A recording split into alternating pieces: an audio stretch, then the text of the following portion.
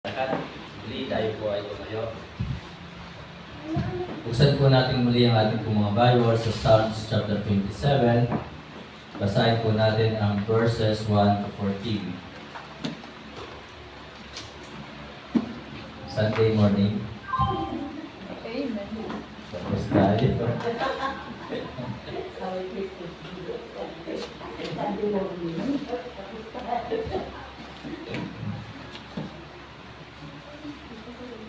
Salitang pagbasa po ako po sa verse 1, kayo po sa verse 2, sabay-sabay po tayo sa verse 14. Nakita na po ba isang malakas at masaya amen? Amen. Verse 1, The Lord is my light and my salvation, whom shall I fear? The Lord is the strength of my life, of whom shall I be afraid? 2 kayo po. When the wicked, even mine enemies and my foes, came upon me to eat up my flesh, they stumbled and fell. Though an host should encamp against me, my heart shall not fear.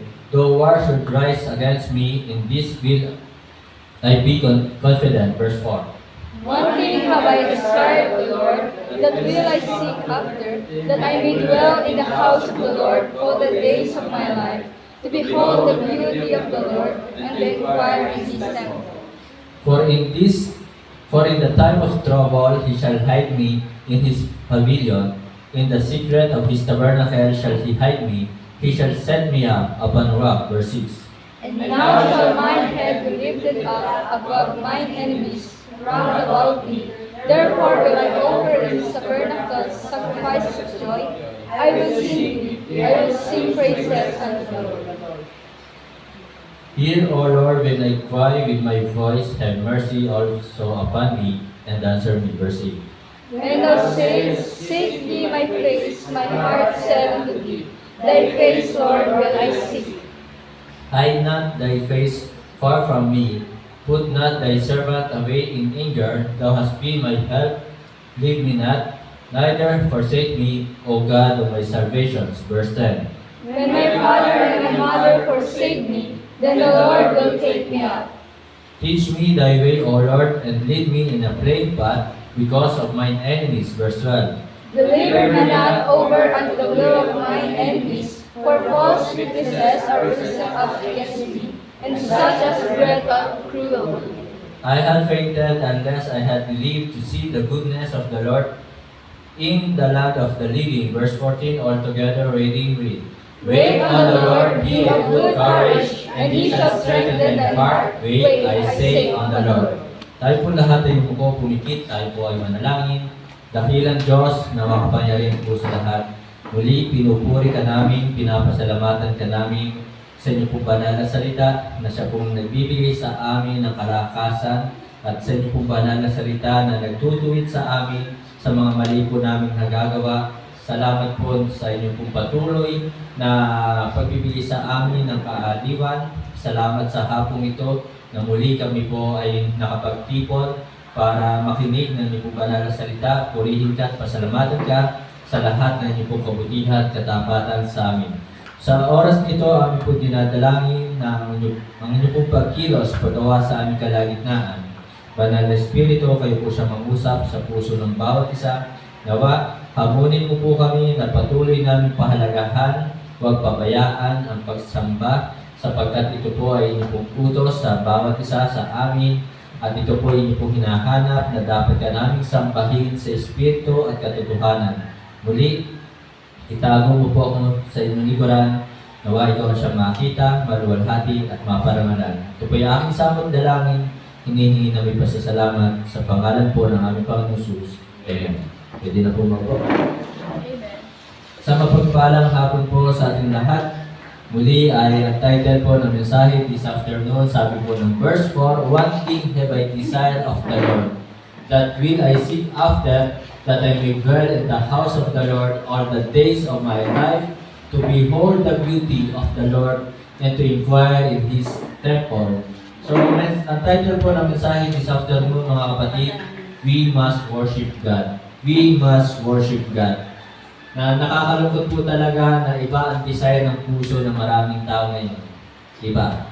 So si King David, ang desire ng kanyang puso makatahan sa bahay ng Panginoon. Si King David, meron po siyang kagalakan na siya po ay makapanambahan sa ating Diyos. At marapat lamang po talaga na ating sambahin ang Diyos tuwing araw ng linggo. Nakakalungkot na iba ang nais ng tao, ang gusto ng ibang tao sila sasambahin. At nakakalungkot na talagang sa ating panahon ngayon, iba ang sinasamba ng maraming tao. At talagang makikita po natin yan sa Roma chapter 1. Tingnan nga po natin ang Roma chapter 1, verse 21, kung hindi po nagkakamali.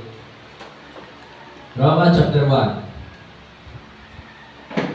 Because that when they knew God, they glorified Him not as God, neither were thankful, but became vain in their imaginations, and their foolish heart was darkened. Tingnan nga po natin ang verse 20. Sa Roma chapter 1, verse 20. For the invisible things of Him from the creations of the world are clearly seen, being understood by the things that are made, even His eternal power and Godhead, so that they are without excuse. And then verse 19. Because that which may be known of God is manifest in them, for God hath showed it unto them. So, I think verse 22. Tingnan natin. 22. 23.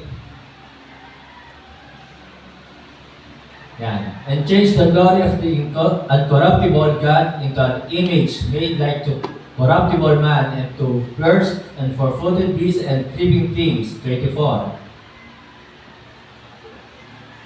Wherefore God also gave them up to uncleanness through the lust of their own hearts, to dishonor their own bodies between themselves. 25. Malapit na. So, sabi po dito, who changed the truth of God into a lie, and worship and serve the Creator more than the Creator, who is blessed forever. Amen. So, ito po ginawa ng maraming denominations ngayon. Na talaga ang sinasamba nila ay yung nilikha ng Diyos. Na dapat ang sambahin, mga kapatid, mga minamahal, ay ang Diyos na siyang lumikha sa atin, ang Diyos na siyang lumikha ng lahat ng mga bagay sa mundo ito. Subalit ang nakakalungkot, ang sinasamba ng maraming tao ngayon ay kung ano ang nilikha ng Diyos. Ang sinasamba ng iba ay yung mga tao. Ang sinasamba ng iba ay yung mga hayop, na dapat ay sana sambahin ay ang Diyos. So mga kapatid, yan po nakasulat na talaga sa Bible, na talagang pinalitan nila yung katotohanan ng kasinungalingan. So mga kapatid, mga minamahal, we must worship God.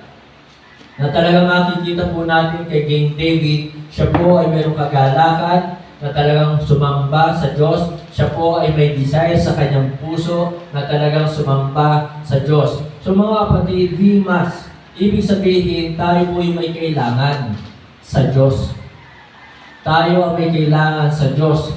Sapagkat ang Diyos po, muli kong sasabihin sa inyo, wala namang magbabago sa Diyos. Wala namang mawawala sa Diyos. Sambahin man natin siya o hindi, ang Diyos ay Diyos pa rin. So mga kapatid, malinaw na tayo po ang may kailangan sa Diyos. Yun po yun. Ang kailangan natin, isa sa kailangan natin, bakit tayo sasamba, ay upang magpasalamat. Huwag natin sasabihin, Pastor, ako naman ay every time na ako'y minatatanggap sa Diyos, ako ay nagpapasalamat sa Diyos. So, hindi ko na kailangan pumunta dyan sa bahay-sambahan. Mali po yun. So, mga kapatid, mga minamahal, kailangan natin magpuri at magpasalamat sa Diyos tuwing araw ng linggo sa kanyang bahay-sambahan. Hindi lamang po every time na tayo minatatanggap. Sapagkat utos nga po sa atin na talagang tayo ay manampahan, not forsaking the assembling of ourselves together. Ang pagsamba ay isang araw ng linggo, hindi kalahating araw. Diba? So, hindi kalahating araw. Tayo po ay buong puso na minahal ng ating Diyos. Tayo po ay talagang special creation. Diba? Nakakalungkot na kung sino pa yung special creation ng Diyos, ay siya pa yung hindi talaga nagbibigay ng buong pusong pagmamahal at hindi sila nagbibigay ng buong araw ng pagsamba sa Diyos. So mga kapatid, mga minamahal, we must worship God sapagkat ito po ay utos, not forsaking the assembling of ourselves together as the manner of some is. Ang nakakalungkot sa ating panahon ngayon, ang tinutularan ng ibang tao ay kung sino yung gumagawa ng mali. Ang tinutularan ng ibang Kristiyano ay kung sino yung talagang hindi nagtatapat. Na dapat sana ang ating tutularan as the manner of some is yung mga Kristiyano na talagang masibag sumamba. Yung mga Kristiyano tapat na sumasamba. Ito ang dapat tularan. Mga kapatid, nais ko pong malaman ninyo, tayo po ay individual na haharap kay Kristo sa kanyang hukuman. Kaya dapat ang tularan po natin ay kung sino yung tapat na sumasamba, kung sino yung tapat na naglilingkod sa Diyos. Yun ang ating tutularan as the manner of some is. Kaya nga madalas ko sinasabi sa inyo, si Nanay Nelly, kahit matanda na, maghapon pa rin siyang umaattend every Sunday sa pagsamba. At hindi lamang every Sunday, kundi si Nanay Nelly ay umaattend din. Matanda na siya, 88 years old na siya, pero prayer meeting, nandun pa rin siya. Maaga pa nga siya eh. Siya yung talagang early birds. Diba? So, laging ahead of time. So, yun po si Nanay Nelly, na talagang hindi niya pinapabayaan ang gawain ng Panginoon. So, mga kapatid, mga minamahal, sabi pa po ng Matthew 6:33, but seek ye first the kingdom of God. Unahin natin yung kaharian ng Diyos. Unahin natin ang pagsamba. So, nakakalungkot na sa kabila na nandyan yung utos ng Diyos na siya yung ating unahin, pero inuuna ng maraming tao yung kanilang trabaho. Inuuna ng maraming tao yung mga bagay sa mundong ito. Di ba? So, ang nais ng Diyos siya yung dapat nating unahin. Kaya, ako po ay nagtataka, sinasabi ng maraming tao, mahal nila ang Diyos. Kung talagang mahal nila ang Diyos, dapat ang unahin yung gawain, ang Diyos. Kung talagang mahal nila ang Diyos, dapat nandito sila kapag araw ng linggo na sumasamba. So, mga kapatid, mga minamahal, sa totoo lang, ang kalagayan ng tao ngayon, nabulag sila. Nabulag sila ng jungle. Nabulag sila ng ating kaaway. Sinasabing nasa puso nila ang Diyos. Diba? Alam naman ng Diyos, siya yung nasa puso ko. Pero ang totoo, sila ay nabulag na. Nabulag ng kanilang mga pangangailangan, nabulag ng mga bagay sa mundong ito. Sapagkat kung tunay na talagang nasa puso nila ang Diyos, uunahin nila ang Diyos. Yun yung totoo. Hindi nila pababayaan, di ba, ang gawain ng Diyos. Hindi nila susuwayin ang utos ng Diyos. So yun po yun. Kung talagang nasa sa puso nila ang Diyos, kung talagang mahal nila ang Diyos, hindi nila susuwayin. Di ba? Hindi nila susuwayin ang utos ng Diyos. Katulad lamang po yan sa mag-asawa. Kung talagang mahal nila ang isa't isa, talagang hindi nila sasaktan yung isa't isa. So talagang nandoon na makikita sa kanila yung pagsusunuran. Di ba? Kakalimutan yung mga nakaraan. So mga kapatid, mga minamahal, we must worship God. Revelations 14:7. Tingnan po natin ang ating pong Bible. Buksan niyo po ang inyong pong Bible sa Revelations 14 verse 7. Saying with a loud voice, fear God. Natatakot pa ba ang maraming tao ngayon sa Diyos? May takot pa ba sila sa Diyos? Nakakalungkot kung sino pa yung Kristiyano, wala nang takot sa Diyos. Di ba? So, fear God and give glory to Him, for the hour of His judgments come. Malapit na yung kanyang paghukom. Malapit na yung kanyang pagbalik. Kaya sana mga kapatid, talagang huwag nating pabayaan ang pagsamba. Kaya lang talagang marami na yung apostasy. At talagang we are in the last days, na sabi nga ng Bible sa 2 Timothy chapter 3, verse 1, 2, and 3. Tinan po natin 2 Timothy chapter 3, verse 3. So, tinan po natin, verse 3, without natural affections, truce breakers, false accusers, incontinent, fierce, dispersers of those that are good. Verse 4, And 5, diretso natin yan. Verse 4. Traitors, heavy, high-minded, lovers of pleasures more than lovers of God. Ito na yung tao ngayon.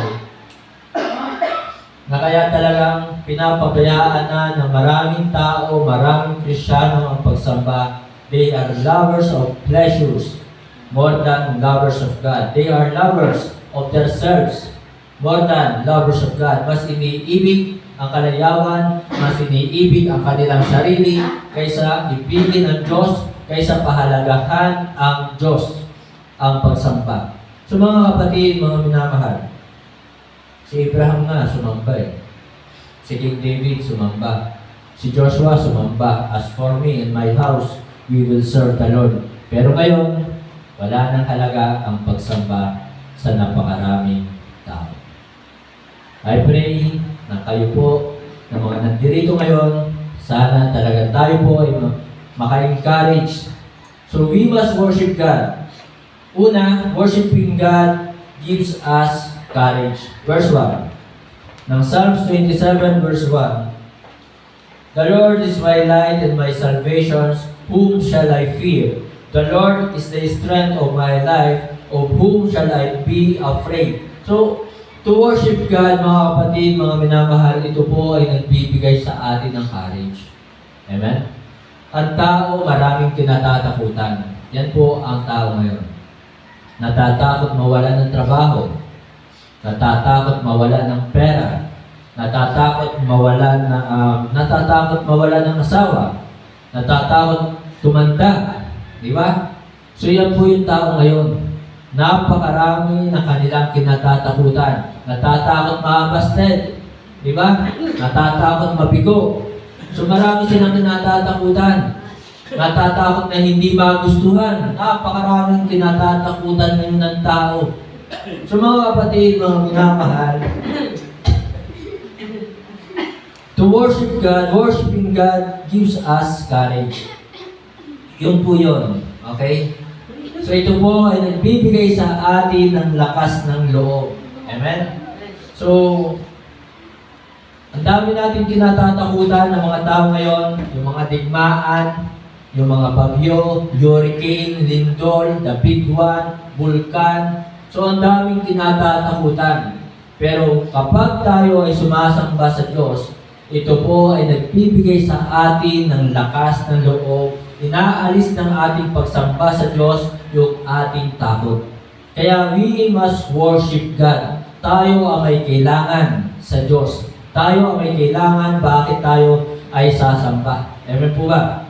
So, it gives us courage. Kaya mga kapatid, mga minamahal, huwag po nating pabayaan ang pagsamba. Huwag nating pabayaan.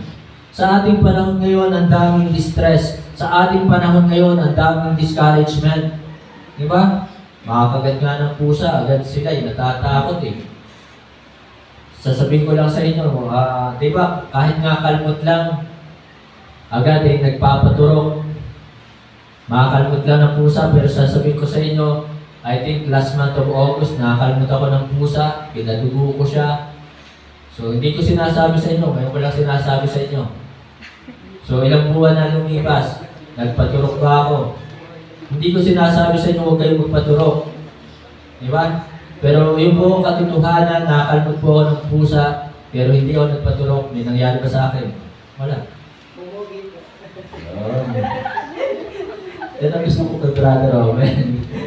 So mga kapatid, mga minamahal, ang pagsamba, ito po ay nagbibigay sa atin ng courage. So inaalis po ng ating pagsamba ng salita ng Diyos yung takot. Kaya mga kapatid, huwag nating pabayaan ang pagsamba. So sa mundong ito ay talagang napakarami pa namang kinatatakutan talaga. Nandiyan yung mga sinasabi nilang ano ba yun? Yan, Halloween. Darating yung Halloween. Talaga, yung kinatatakutan pa yung mga Judith na yan, si Judith, di ba? Yung mga bayarin.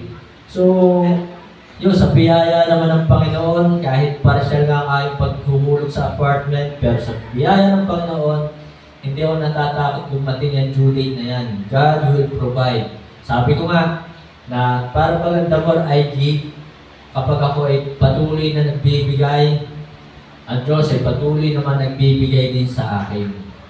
So yun nga po yun, kahit nga po last money ko na, pero ayan ang Diyos, nandyan ang Diyos, siya naman ang magbibigay sa akin. So yun po mga kapatid, tinan po natin ang verse 10 ng Psalms 27 verse 10. Tinan niyo po. Psalms 27 verse 10. Ano sabi dito? Tinan niyo po yung pong Bible. When my father and my mother forsake me, then the Lord will take me up. So, kinatatakutan din natin sa ating pong buhay, yung tayo ay iwan ng ating mga mahal sa buhay. Di ba? Yan po yung isa sa mga kinatatakutan ng maraming tao. Yung iwan sila ng kanilang mga mahal sa buhay. Pero tandaan niyo po, mayroon tayong Diyos, sabi dito, then the Lord will take me up. Then the Lord will take me up. So tayo po ay hindi tayo iiwan ng Diyos. Tayo ay kanyang itataas. Kaya mga kapatid, mga minamahal, worshiping God gives us courage. Amen? Gives us courage. So kung hindi man tayo makagraduate, halimbawa sa pag-aaral, diba? Hindi ko naman sinasabing huwag sana kayo makagraduate. Diba? So kasi sina Pedro nga diba? Sina Pedro ba? Sila ba'y tapos ng pag-aaral? Hindi naman Pero sila'y nagamit sa gawain. So mga kapatid, mga minamahal, ang mundong ito ay nagbibigay sa atin ng takot. Pero ang salita ng Diyos, ang pagsamba, aalisin nito yung takot sa atin. It will give us courage. Kaya mga kapatid, mga minamahal, huwag nating sasabihin, kawawa naman ako. Diba? So, hindi ko tayo kawawa sapagkat mayroon po tayong Diyos na handang tumulong, gumabay sa atin. So yun po mga kapatid, worshiping God, pangalawa, verse 6, tingnan po natin ang verse 6. Mabilis lang po ito. And now shall my head be lifted up above my enemies round about me, therefore will I offer in his tabernacle sacrifices of joy. I will sing, I will sing praises unto the Lord. Tingnan niyo po si King David. Ang daming kaaway, pero nandun pa rin yung kanyang willingness to sacrifice, di ba? At nandoon yung kanyang willingness to go to the tabernacle of the Lord. Nandun yung kanyang willingness na magpunta pa rin doon sa bahay ng Panginoon at magsasacrifice. Di ba? Hindi dapat mahadlangan. Amen po ba? So, sapagkat ang pagsamba, ito po ay nagbibigay sa atin ng cheerfulness. Yun po yung katotohanan doon. Yung pagpunta sa bahay ng Panginoon, ito po ay nagbibigay sa atin ng joy, ng kagalakan. Kaya nga sabi ko po sa inyo, minsan ko nang sinabi ito sa inyo, nung ako po ay nandun pa sa Lemery, talagang naramdaman ko, masaya ako. Masaya ako kapag nandun ako sa bahay ng Panginoon. At minsan sinabi ng Diyos sa akin, ng Panginoon sa akin, bakit ka pa uuwi? Ay dito ka naman, masaya. Diba? Pero sabi ko nga sa Panginoon, sinabi ko sa Panginoon, Lord, meron akong bahay na dapat uwian. So, ibig sabihin, nais ko lang makita nyo, kita ng Diyos sa puso ko, masaya ako sa bahay niya. Diba? Masaya ako kapag araw ng linggo na sumasamba. So, hindi dahil ako'y kumakain doon sa bahay-sambahan, diba? Hindi dahil, wala naman ako niligawan doon sa Lemery, isa lang. Wala daw pero isa lang. Pero hindi naman ako sinagot. Uy! Hindi naman ako sinagot. So, ganun pa man, masaya po ako. Masaya po ako doon sa pagsamba. So, mga kapatid, mga minamahal, worshiping God gives us cheerfulness. Namumula yata ako, no? Nagpa-flash ba? Hindi naman. So, yun po. Kaya mga kapatid, we must worship God. Dapat nating sambahin ang Diyos. Ito ay magbibigay sa atin ng kagalakan. Masaya ba kayo? Say amen. Amen. Kaya sabi na ni King David, I was glad when they said unto me, let us go into the house of the Lord. Ay maraming tao ngayon saan sila masaya? Di ba? Masaya sila, nakasama ay mga unbeliever. Masaya sila na sila'y nagbabasketball araw ng linggo. Masaya sila na sila'y nag-outing araw ng linggo. Masaya sila na nandun sila sa mall araw ng linggo. Dapat kung ikaw ay tunay na Kristiyano, dapat ang kagalakan mo ay makapunta sa bahay ng Panginoon.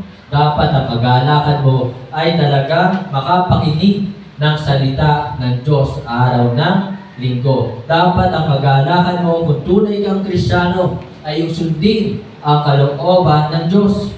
Psalms 40 verse 8, tinan po natin. Psalms 40 verse 8, ang inyong mga Bible. I delight to do thy will, O my God, yet thy law is within my heart. So yun po si King David, hari siya, pero siya'y willing sumunod sa kalooban ng Diyos. Pero mga tao ngayon, hindi na nga hari, di ba? Hindi naman sila hari, hindi naman sila president, hindi naman sila congressman, ay wala silang willingness sumunod sa kalooban ng Diyos. So laging ikakatwiran sa atin, laging sasabihin sa atin, Pastor, we are under the grace of God. Yun ang katwiran nila. Tayo ay under biyaya ng Diyos. So ang biyaya yung kaligtasan. Di ba? Yun yung biyaya ng Diyos. Ligtas tayo sa pamamagitan ng pananampalataya. Eh ang gusto yata na lamang maging biyaya eh. Di ba? Na talagang biyaya na tayo bigyan na lang ng Diyos ng magandang bahay. Biyaya na bigyan na lang tayo ng Diyos ng magandang trabaho. Yung ba? Na talagang gusto ng maraming tao ngayon ay talagang lahat na lamang ay biyaya. So mga kapatid, mga minamahal, talagang biyaya pa rin ng Diyos, hindi pa tayo kinukuha. Biyaya pa rin ng Diyos, pinuprovide ng Panginoon ang ating kailangan. Na kahit hindi tayo nakakasunod sa Kanya, nandyan pa rin siya tumutulong sa atin, hindi tayo pinapabayaan. Hindi ibig sabihin nun na we are under the grace of God, hindi ibig sabihin nun na hindi na tayo susunod sa Kanyang kalooban. So mga kapatid, mga minamahal, worshiping God gives us cheerfulness. Amen? Next, verse 4. Psalms 27, verse 4. One thing have I desired of the Lord, that will I seek after, that I may dwell in the house of the Lord all the days of my life, to behold the beauty of the Lord, and to inquire in His temple. Verse 5. For in the time of trouble, He shall hide me in His pavilion. In the secret of His tabernacle shall He hide me. He shall set me up upon a rock. So, worshiping God, mga kapatid, gives us cover. Or in other words, protection. So, kapag tayo po ay nananambahan sa Panginoon, poprotektahan po tayo. Saan? From false doctrine. So, doon po tayo iingatan ng Diyos sa mga maling katuruan. Eh, ang Kristiyano ngayon, masipag ba? Masipag yata kumain. Yun. Di ba? So, yun ang Kristiyano ngayon. Masipag kumain, pero tamad magbasa ng Bible. Yun ang mga Kristiyano ngayon. Tamad magbasa ng Bible. So, hindi binabasa ang Bible araw at gabi. Kaya naman, ang pagpunta sa bahay-sambahan, ang pagsamba sa Diyos, iingatan tayo nito sa mga maling doktrina, sa mga maling katuruan. Di ba? Minsan, kayo po ay mayroong mga tanong na kapag kayo ay nakinig ng salita ng Diyos, ng preaching, ang inyong mga tanong ay nasasagot. Amen po ba? Amen. So, yun po yun. So, ang pagpunta o ang pagsamba sa Diyos, ito ay nagbibigay sa atin ng cover or ng protection. Protection laban sa mga maling turo na nagkalat sa mundong ito. Amen? So, ang dami pa naman, 4,200 religions ang nagkalat sa buong mundo. So mga kapatid, mga minamahal, huwag nating pabayaan ang pagsamba.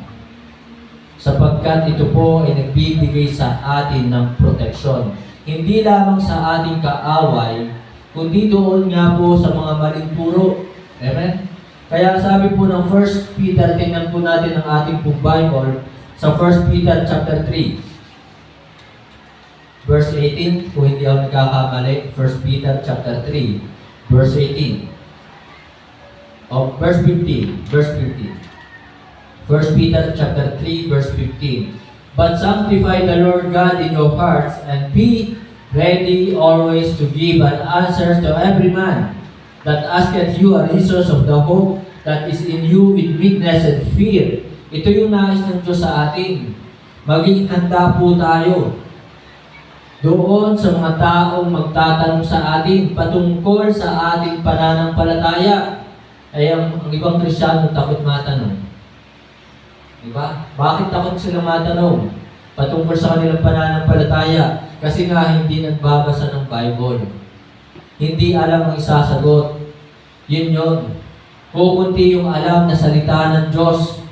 Amen? So mga kapatid, mga minamahal, kaya nga, kapag nandito kayo sa bahay-sambahan, nakikinig ng salita ng Diyos, hindi kayo dapat nakaupo lang dyan. Kasi ang pagsamba ito po'y participation. Na kailangan nyo mag-amen para kayo magising. Kailangan nyo mag-amen para hindi antukin yung katabi ninyo. Diba? So, ang pagsamba ito po ay participations. Kailangan nagsusulat po kayo dyan. Sinusulat nyo yung mga verse na sinasabi or sinusulat ninyo yung mga verse na inyong napapakinggan. So, hindi tayo nakaupo lamang para kapag may nagtanong sa atin, meron tayong mabubuklat, ay, naisulat ko yun nung linggo. Napakinggan ko yun sa preaching ni Pastor. Diba? So, mga kapatid, mga minamahal, kaya nga po ito po ay cover or protection. Amen? Kaya sana mayroon po kayong dalang ballpen, mayroon kayong dalang notebook, at isinusulat yung mensahe or yung preaching. Amen? Nasa na yung ballpen? Wala. Nasa na yung notebook? Wala. Diba? Pero kapag yung mga pagkakaperahan, dun yata mabilis eh. Sana mabilis tayo pagdating sa salita ng Diyos. Amen? So sana mas mabilis tayo sa salita ng Diyos, hindi doon sa mga games. Pwede naman isulat sa cellphone ninyo, mag-notes kayo sa cellphone ng mga preaching. Di ba? Pero hindi eh. Laman ng cellphone ay games. Yun ang problema ngayon sa mga kabataan. Ang laman ng cellphone, games. Hindi preaching. So yun po, worshiping God gives us cover. And then verse 5, worshiping God gives us comfort. Ito po ay nagbibigay sa atin ng kaaliwan. So yun po sa buhay po ni King David, kaya gustong-gusto niya na pumunta sa bahay ng Panginoon sapagkat sa bahay ng Panginoon siya po ay nako-comfort. Sa bahay ng Panginoon siya po ay talagang protektado. Sa bahay ng Panginoon ay talaga siya po ay iniingatan. Nandoon yung pag-iingat ng Diyos sa Kanya. Nandoon yung pag-aaliw ng Diyos sa Kanya. Kaya mga kapatid, mga minamahal, huwag po sana nating pabayaan ang pagsamba. Ito po ay talaga kapag nandito tayo sa bahay ng Panginoon, tayo ay parang mga sundalo. Parang mga sundalo na tayo po ay inaalin. Diba? So from Monday to Saturday, tayo po ay nasa battlefield. Yung po yun. Na from Monday to Saturday, nandyan yung ating pakikipaglaban. Nang hihina tayo spiritually. Kaya ang Sunday, ang araw ng linggo, dito sa bahay ng Panginoon, ito yung ating comfort zone. Na dito ay tayo po ay aaliwin ng salita ng Diyos. Amen? So ito po ay nagbibigay sa atin ng kaaliwan, comfort. So yung maraming tao, discourage sila sapagkat pinabayaan nila ang pagsamba. Sila ay nahihirapan sapagkat pinabayaan ang pagsamba. Sila ay nabibigo sapagkat pinabayaan ang pagsamba. Huwag po nating pabayaan ang pagsamba. So tayo ay may kailangan sa Diyos. Worshiping God gives us courage, cheerfulness, cover, comfort, and then the last, it gives us challenge.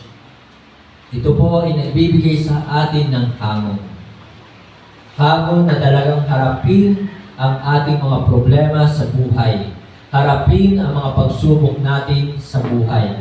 Lahat tayo ay may kanya-kanyang pagsubok. Lahat tayo ay may kanya-kanyang problema. So ang pagsamba sa Diyos ay nagbibigay sa atin na talagang harapin natin. Kaya si King David, mayroon po siyang problema, mayroon po siyang pagsubok, pero hindi niya pinabayaan ang pagsamba. At talaga sinabi po niya sa Psalms 23 verse 6. Tingnan po natin. Psalms 23 verse 6, sabi po dito, "Surely goodness and mercy shall follow me all the days of my life, and I will dwell in the house of the Lord forever." So sasabihin ko po sa inyo, 3 beses lang ako nakaliban sa pagsamba. From 2014 up to now, 3 beses lang po akong hindi nakapanambahan sa Diyos. 3 beses lang. Brother Edwin, may absent na yan. Diba? So may absent na si Brother Edwin.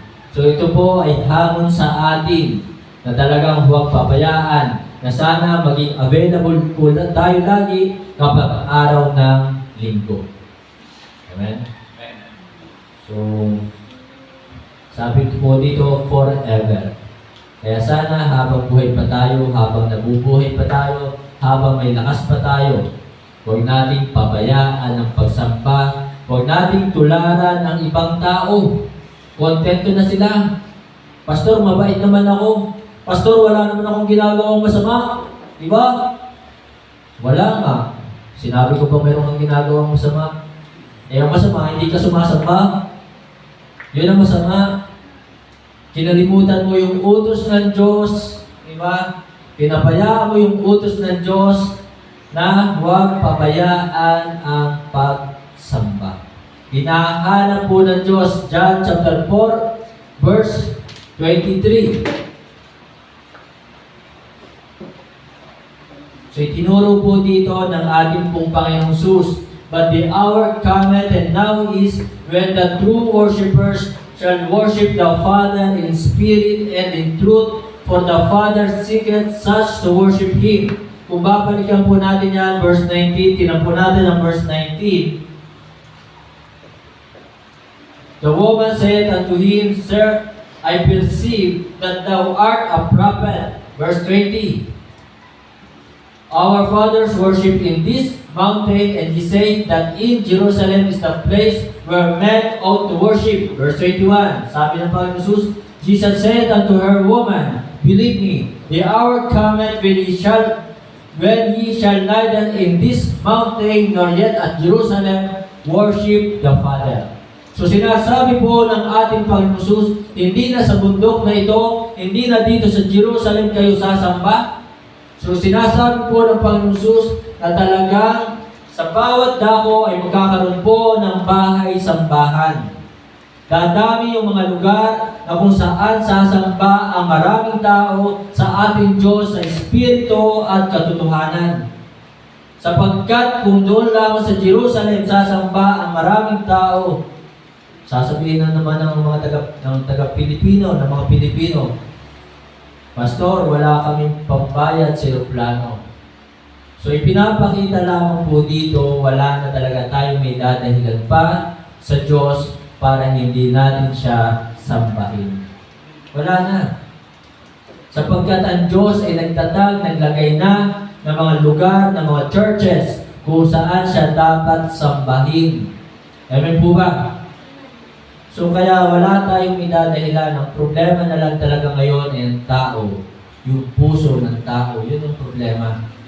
Sa puso ng tao ngayon ay talaga napakarami ng mga bagay na nandoon sa kanilang puso. Hindi na ang Diyos, hindi na ang gawain ng Diyos. So mga kapatid, mga minamahal, worshiping God gives us challenge. So, balikan po natin sa pagtatapos po. Yung Psalms 27 verse 4. Psalms 27 verse 4. Bakit nandoon yung design ni Haring David na talagang siya po ay makapanambahan, makatahan sa bahay ng Panginoon? Sapagkat sa buhay po ni Haring David, kapag siya po ay nasa bahay ng Panginoon, sumasamba siya, ay talagang nakikita po niya, sabi dito, to behold the beauty of the Lord. Kapag siya po ay talagang sumasamba sa Panginoon, nakikita niya yung kagandahan, kabutihan ng Panginoon. At sa kanyang pagsamba, ay siya po ay nagkakaroon ng wisdom to inquire in His temple. So nagkakaroon po siya ng knowledge. Kaya mga kapatid, mga minamahal, huwag po nating pabayaan ang pagsamba. Tayo po ang may kailangan sa Diyos. Kailangan nating sambahin ng Diyos sa Espiritu, hindi sa mga ribulto, hindi sa mga gawa ng tao, hindi doon sa mga Diyos-Diyosan, kundi sambahin ng Diyos sa Espiritu at katotohanan. So mga kapatid, mga minamahal, nandyan ang utos. Kung mahal natin ang Diyos, patuloy nating susundin ang kanyang utos. Sambahin po natin siya sa Espiritu at katotohanan. To God be the glory, tayo po tumayo. Tayo po yung pumikit, tayo po yung nanalangin. Dakilang Diyos na makapangyarihan po sa lahat. Salamat po sa oras nito. Salamat na patuloy po kayong nagbibigay sa amin ng knowledge at wisdom. Salamat na kami niyo pong hinahamot na talagang huwag namin pabayaan ang pagsamba. Nakakalungkot, tunay, na sa aming pong panahon ngayon, maraming tao, maraming Kristiyano, pinababayaan ang pagsamba. Kung ako ay nalulungkot, I believe ang ating Diyos po, mga kapatid, mga minamahal. Siya din po ay nalulungkot kung nakikita niya ng bahay-sambahan, kakaunti at dumadalo. Kaya I pray na mga kapatiran ay tunay na makadalo maghapon kapag araw ng linggo. Sapagkat isang araw lamang naman ang hinihingi ng ating Diyos. 6 na araw po tayong gagawa, yun po ang sinabi ng ating Panginoon. At ang isang araw ay hinihingi para sa pagsamba na talagang dapat nating purihin, pasalamatan, sambahin ang ating Diyos kapag araw ng linggo. Kaya sana, I pray na mga Kristiyano ay manambahan sa ating Panginoon buong araw ng linggo. Salamat po sa mensahe. Salamat na kami po ay binibigyan mo po ng lakas upang patuloy ka namin sambahin. Maraming discouragement. Ganun pa man, hindi ito dapat makahadlang sa aming pong pagsamba. Maaaring meron po kami mga kabiguan, pero hindi pa rin ito ang dapat makahadlang sa aming pong pagsamba. Sapagkat nakita po namin sa buhay po ni King David, meron po siya mga problema, pagsubok at pag-uusig na pinagdadaanan. Ganun pa man, nandun ang kanyang desire na siya po ay manambahan sa iyo, makatahan sa iyong bahay. Nawa, patuloy po namin itong gawin hanggang sa pagbabalik po ng aming Panginoon Jesus. Pagpalain po, Ama, ang buhay ng bawat isa. Po yung aking samot dalangin, hinihingi na may pasasalamat sa pangalan po ng aming Panginoon Jesus. Amen.